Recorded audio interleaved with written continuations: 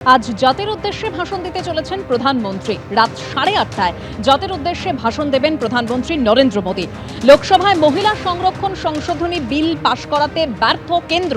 গতকাল বিরোধীরা একজোট হয়ে ভোট দেওয়ায় পাশ হয়নি বিল, আর তাই আজ রাত 8:30টায় জাতির উদ্দেশ্যে ভাষণ দিতে চলেছেন প্রধানমন্ত্রী নরেন্দ্র মোদী।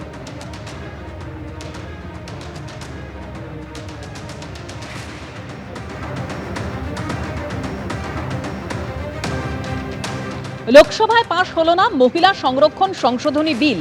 এই বিল পাশ করানোর জন্য 2/3 সাংসদদের সমর্থনের প্রয়োজন ছিল, কিন্তু বিলের পক্ষে 298টি ভোট পড়ে আর বিপক্ষে পড়ে 230টি। ফলে 2/3 সমর্থন জোগাড় করতে না পারায় পাশ হলো না বিল। ঘটনার প্রতিবাদে দিল্লিতে বিক্ষোভ দেখায় বিজেপি। तो वो नहीं चाहते हैं कि महिलाओं को कोई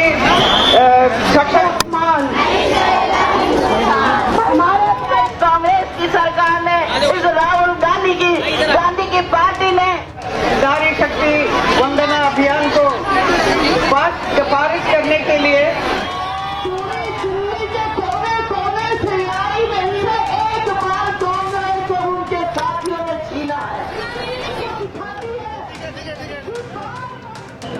पास नहीं होने दिया, इसीलिए हम लोग प्रोटेस्ट कर रहे हैं। पूरी नारी शक्ति, पूरा हिंदुस्तान के नारियां मिलकर ये अभियान चला रहे हैं, क्योंकि कल रात को हमने बहुत कोशिश करने के बावजूद ये बिल पास नहीं होने दिया।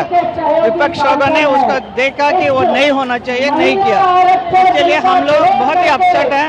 पूरे देश के सारी नारियां सब जगह ये प्रोटेस्ट कर रहे हैं।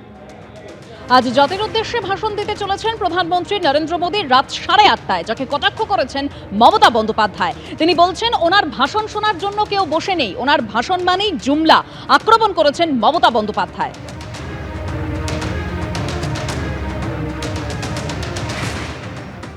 আজকে শুনছি উনি দেশের উদ্দেশ্যে ভাষণ দেবেন। ওনার ভাষণ শুনে মানুষের রেশন মিলবে না। আর ওনার ভাষণ মানে মিথ্যে ভাষণ, মিথ্যে ফুলঝুরি, মিথ্যে কথা, জুমলা। আর মহিলা সংরক্ষণ সংশোধনী বিল নিয়ে মোদীকে আক্রমণ করেছেন, অর্থাৎ নরেন্দ্র মোদীকে আক্রমণ করেছেন মমতা বন্দ্যোপাধ্যায়। তিনি বলছেন কাল দিল্লি থেকে মোদীর পতন শুরু হয়েছে, নরেন্দ্র মোদী হেরে গিয়েছেন। এটা মহিলা বিল নয়, আমি 98 সাল থেকে লড়াই করছি। আমরা পঞ্চায়েত পুরসভায় মহিলাদের 50% সংরক্ষণ দিয়েছি, লোকসভায় মহিলা প্রতিনিধি 37%, রাজ্যসভায় 46%। আপনাদের কানমোলা খাওয়া উচিত, আপনারা মহিলাদের সম্মান দেন না। বারুইপুরের সভা থেকে আক্রমণ মমতা বন্দ্যোপাধ্যায়ের। দেখুন,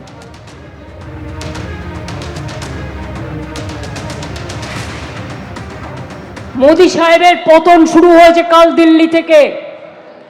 এটা মহিলা বিল নয়। মহিলা বিলের জন্য আমি 98 সাল থেকে লড়াই করছি। মোদী সরকার কাল হেরে গেছে, মহিলা দেখাচ্ছেন আমায়। 98 সাল থেকে লড়ছি। 50% রিজার্ভেশন আমরা পঞ্চায়েতে দিয়েছি, মহিলাদের 50% দিয়েছি মিউনিসিপ্যালিটিতে।